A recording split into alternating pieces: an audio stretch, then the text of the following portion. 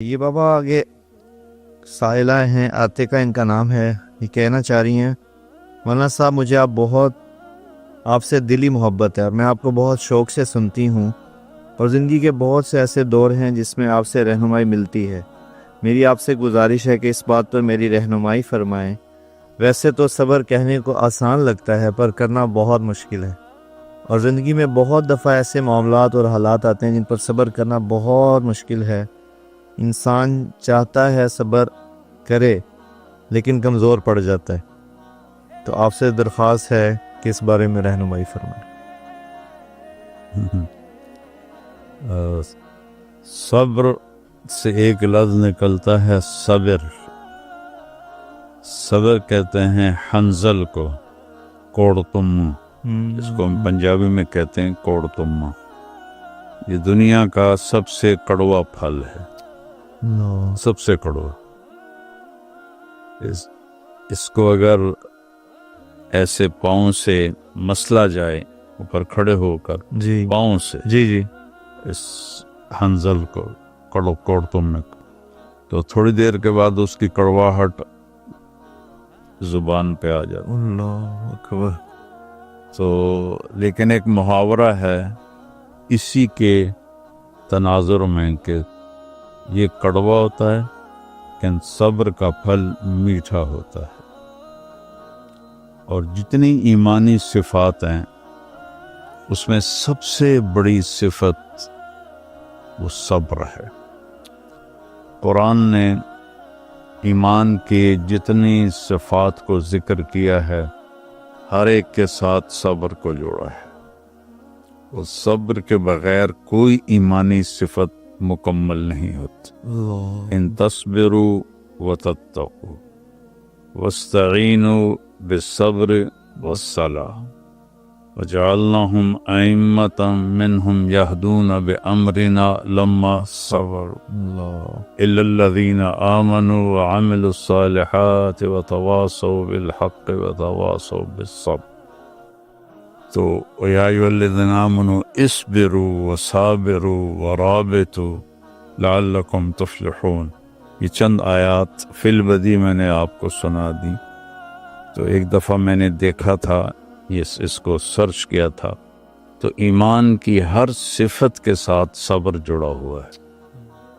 تو بالکل مشکل ہے، اس میں کوئی شک نہیں ہے، لیکن ایسا نہیں ہے کہ ہم کر نہ سکیں۔ اپنی زبان پہ قابو پانے کی کوشش کریں، خاموش رہنا سیکھیں۔ ایسے موقعوں پر میں کہا کرتا ہوں کہ چھوٹے بچوں کو ہم بولنا سکھاتے ہیں، بڑوں کو چپ رہنا سیکھنے کی ضرورت ہے، کہ چپ رہنا ہے، اپنی زبان پر قابو رکھیں گے کبھی یہ قابو میں آ جائے گی، کبھی نہیں آئے گی۔ تو جب نہیں آئے گی تو پھر ہم اللہ کی بارگاہ میں دعا کریں گے، توبہ کریں گے، پھر ٹرائی کریں گے، تو انشاءاللہ اگر ہمیں یہ مل گیا تو جب جنت میں سب فٹ ہو جائیں گے نا، تو اللہ تعالیٰ فرشتوں سے فرمائے گا جاؤ انہیں سلام کرو۔ تو والملائکۃ یدخلون علیہم من کل باب سلام علیکم۔ فرشتے آئیں گے ہر طرف سے، کہیں گے سلام علیکم، سلام علیکم۔ تو جنتی کہیں گے تم فرشتے ہو، نورانی مخلوق ہو، ہم تو دنیا سے آئے ہوئے لوگ ہیں، ہمیں تم سلام کیوں کر رہے ہو؟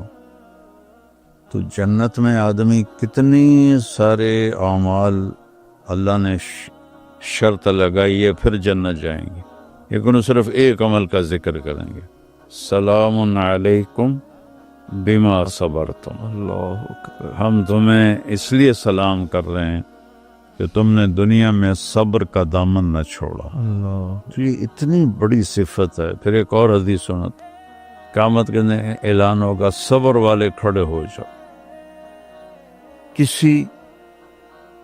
کتنے اعمال ہیں، لیکن اعلان ہوگا صبر والے کھڑے ہو جاؤ، اور وہ کھڑے ہو جائیں گے، تھوڑے لوگ ہوں گے، چلو جنت میں چلے جاؤ۔ تو وہ حساب سے پہلے جب جائیں گے تو اللہ ان کو ہائی لائٹ کرنے کے لیے آگے فرشتے کھڑے کر دے گا۔ وہ کہیں گے ارے بھائی تم لوگ کہاں جا رہے ہو؟ اب یہ صرف دکھانے کے لیے۔ وہ کہیں گے ہم جنت میں جا رہے ہیں۔ کہیں گے ابھی تو حساب ہی نہیں شروع ہو۔ کون لوگ ہو حساب سے پہلے؟ کہ ہم صبر والے ہیں۔ تو ایسے پیچھے ہٹ جائیں گے، کہیں گے ہاں صبر والوں کا یہی درجہ ہوتا ہے۔ تو جس چیز کی جب قیمت معلوم ہوتی ہے تو اس کے لیے پھر کوشش کرنا، صبر کرنا آسان ہو جاتا ہے۔ تو صبر اتنی بڑی دولت ہے، اگر یہ معلوم ہو جائے تو لوگ ہمیں کینچیوں سے بھی کاٹ دینا تو ہم اف نہ کریں، اللہ سے عافیت مانگیں، سلامتی مانگیں۔ لیکن بیٹی یہ بہت اعلیٰ صفت ہے، اس کو اللہ سے مانگو کہ یا اللہ مجھے حوصلہ عطا فرما، میری ہمت بڑھا۔ اگلا سوال ہے بابا، یہ بھی ایک خاتون ہیں، یہ انڈیا سے ہیں۔ یہ کہتی ہیں کہ میرا نام زیبا ہے اور میں ہندو سے مسلمان ہوئی ہوں اللہ کی رحمت سے۔ بہت مبارک ہو۔ وہ کہتی ہیں کہ میرا سوال یہ ہے کہ میرا خواب ہے کہ میں ایک دن اللہ کا گھر دیکھوں، اللہ کے گھر کا دیدار کروں، لیکن میں 5 وقت کی نماز نہیں پڑھتی، کبھی پڑھتی ہوں کبھی چھوڑ دیتی ہوں، چھوٹ جاتی ہے۔ تو کیا اللہ کے گھر کی زیارت کے لیے 5 وقت کا نمازی ہونا ضروری ہے؟ اللہ کی زیارت کا دروازہ تو ہے ہی گناہ گاروں کے لیے۔ اللہ اکبر۔ وہ علامہ اقبال رحمہ اللہ کا شعر ہے، نہ کہیں جہاں میں امان ملی، جو امان ملی تو کہاں ملی، میرے جرم خانہ خراب کو تیرے عفو بندہ نواز میں۔ وہ تو گھر ہے ہی گناہ گاروں کے لیے کہ آؤ اور مجھ سے معافی مانگو اور میں تمہارے سارے گناہ معاف فرما دوں۔ تو نماز جب چھوٹ جائے تو رات کو سونے سے پہلے اس کی قضا پڑھ کے سو جائیں، صرف فرض پڑھ لیں، تو اس طرح انشاءاللہ پکی ہو جائے گی نماز۔ یہ انڈیا سے ہیں بابا، یہ کہتی ہیں میرا نام نورانی پروین ہے۔ نورانی پروین، میں ہندوستان کے صوبہ بہار سے ہوں، آپ سے دعا کی درخواست ہے، اور ایک آپ سے میں سوال کرنا چاہتی ہوں کہ میں حافظ قرآن بھی ہوں، نماز بھی پڑھتی ہوں، دین کا بھی شوق رکھتی ہوں، لیکن مجھے سنگنگ کا بھی بہت شوق ہے۔ تو کیا میرے لیے یہ کرنا درست ہوگا؟ ان سے کہیں آپ قرآن کا نغمہ گایا کریں، اللہ تعالیٰ آپ کو جنت کی موسیقی سنائے گا۔ ماشاءاللہ۔ قیامت کے دن جنت میں اعلان ہوگا، این الذین کانوا ینزہون اسماعہم عن اصوات المزامیر، وہ میرے بندے بندیاں کہاں ہیں جو دنیا کے ڈھول ڈھمکوں اور شیطانی بانسریوں سے اپنے کانوں کو بچاتے تھے۔ تو وہ لوگ کہیں گے ہم حاضر ہیں یا اللہ، کہ تم نے دنیا میں نہیں سنے شیطانی نغمے، آج میں تمہیں جنت کے نغمے سنواؤں گا۔ اللہ حوروں سے کہے گا گاؤ، وہ اس میں لوگ گم ہو جائیں گے، اپنے آپ کو بھول جائیں گے۔ پھر اللہ فرمائیں گے کیسا ہے؟ کہیں گے بہت اعلیٰ۔ جنید جمشید رحمۃ اللہ علیہ نے مجھ سے کہا کہ ہم جو گانا بناتے ہیں جی، وہ 3.5 منٹ کا ہوتا ہے اور اس میں مہینہ لگ جاتا ہے۔ میں نے کہا اتنا مختصر کا لوگ لمبا سنتے نہیں۔ میں نے کہا 4 منٹ بھی نہیں کرنے، بور ہو جاتے۔ اور آپ کو یاد ہوگا ابھی جو وہ کیا نام، ماہر زین نے کہا کہ اب 2.5 منٹ۔ میں نے کہا جنت کا پہلا نغمہ گانا جو حوروں سے سنوائے گا 70 سال پہ تو مست ہو جائیں گے لوگ۔ جتنے درخت ہیں وہ انسٹرومنٹس بن جائیں گی، شاخیں، ٹہنیاں، پتے، ساز بن جائیں گی۔ ایک ہوا ہے مثیرہ، وہ میوزک ڈائریکٹر بن جائے گی آج کے الفاظ میں۔ جی تو وہ اس طرح چلے گی کہ ہر درخت سے ایک ٹیون نکلے گی، ایک دھن نکلے گی۔ تو پھر اللہ کہیں گے اب اس سے اچھا سناؤ؟ وہ کہیں گے یا اللہ وہ کیا ہے؟ تو اللہ تعالیٰ داؤد علیہ السلام سے فرمائے دنیا میں سب سے سریلی آواز داؤد علیہ السلام کی تھی۔ جب وہ زبور پڑھتے تھے تو پہاڑ بھی ہلتے تھے، یا جبال اوبی معہ، اور جنگل کے جانور نکل کے پیچھے آ کے بیٹھ کے سنتے تھے۔ تو پھر اللہ اس آواز کو جنت کے شایان شان بڑھا کے ان کو ممبر پہ بٹھائے گا، تو وہ ان کو حوروں کا نغمہ بھول جائے گا۔ پھر اللہ فرمائیں گے کیسا ہے؟ کہیں گے بہت بڑھیا، ایسے اچھا سنو؟ کہیں گے اس سے اچھا کیا ہے؟ تو اللہ فرمائیں گے یا حبیبی یا محمد، اے میرے محبوب، اے محمد، اب آپ آئیے اور میرے بندوں کو لطف اندوز کیجیے۔ تو یہ اللہ کی تعریف کے یہ گانے ہوں گے، گانا، نغمہ، ایک ہی چیز۔ جب اللہ کے نبی صلی اللہ علیہ وسلم کی آواز بلند ہوگی تو جنت بھی مست ہو جائے گی۔ تو پھر اللہ فرمائیں گے کیسا ہے؟ کہیں گے بہت اعلیٰ ہے۔ تو اللہ فرمائیں گے اب اس سے بھی اچھا سنو؟ تو کہیں گے یا اللہ اس سے اچھا کیا ہو سکتا ہے؟ تو اللہ فرمائیں گے لم یبق الا ارحم الراحمین۔ اب ارحم الراحمین رب کی باری ہے، اب ہم تمہیں سنائیں گے۔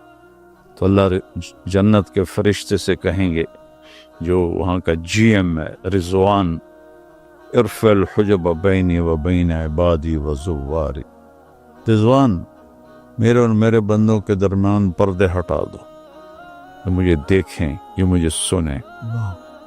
تو اللہ تعالیٰ قرآن سنائیں گے، اللہ کا نغمہ گانا قرآن ہوگا، اللہ قرآن سنائیں گے، تورات نہیں، زبور نہیں، انجیل نہیں، قرآن سنائیں گے۔ تو انسانی جو سیل ہیں یہ 10 کھرب یعنی 10 ٹریلین سیلز سے ایک باڈی بنتی ہے، اور ہر سیل میں پورا انسان بننے کی طاقت ہوتی ہے، ہر سیل میں باڈی کا ہر پارٹ بننے کی طاقت ہوتی ہے۔ تو جب حوریں داؤد علیہ السلام جناب سرکار صلی اللہ علیہ وسلم سنائیں گے تو ہم ان کانوں سے سنیں گے، ان آنکھوں سے دیکھیں گے، لیکن جب اللہ سامنے آئے گا تو ہمارے 10 کھرب 10 ٹریلین سیل سب آنکھ بن جائیں گے اور کان بن جائیں گے۔ بننے کا مطلب ہے کہ ان سب میں سننے اور دیکھنے کی طاقت پیدا ہو جائے گی۔ یہاں سے لے کر یہاں تک ہر سیل میں اللہ آنکھ کی طاقت پیدا کرے گا، وہ اللہ کو دیکھیں گے، اور یہاں سے لے کر یہاں تک ہر سیل میں اللہ سننے کی طاقت پیدا کرے گا، اور وہ ان 2 کانوں سے سنتے ہیں۔ تو ہم ایسے میں تو خود گلوکار تھا، میں تو خود گاتا تھا، اور میرا حال یہ تھا بھائی، میں تو بھول گیا تھا محمد علی بلوچ، میرا 2 ہی میرے قریبی رہ گئے ہیں۔ انہوں نے کہا وہاں اقبال ہاسٹل میں تھی گورنمنٹ کالج لاہور، تو انہوں نے ایک گلوکار بلایا ہوا تھا، تو اس نے کچھ سنایا، تو اس کے بعد میری بھی باری تھی۔ جب میں نے گایا اقبال ہاسٹل کے لان میں، تو انہوں نے کہا بس ہمیں we want Tariq Jamil, we want Tariq Jamil, وہ مجھے سنتے رہے۔ تو میں تو اس راستے سے گزرا ہوں، ہزاروں گانے مجھے زبانی یاد تھے، اب بھی یہ جو نعتیں پڑھتے ہیں گانوں کی طرز پر، وہ میں فوراً پکڑ لیتا ہوں۔ اگر 60 اور 70 کے درمیان کا کوئی گانا ہو تو وہ کرتے ہیں تو میں کہہ دیتی ہوں فلاں گانا گانے والا ہے، ہوتی نعت ہے پیچھے گانے کی دھن ہوتی ہے. تو جب ہم صرف کانوں سے سنتے ہیں تو ہم جھوم جاتے ہیں اور آنکھوں سے دیکھتے ہیں تو ہم مزہ لیتے ہیں. جب آپ کی 10 کھرب آنکھیں ہوں اور 10 کھرب کان ہوں اور اس سے آپ اللہ کو دیکھیں اور اتنے کانوں سے سنیں تو اس کو کون ناپ سکتا ہے؟ اللہ اکبر.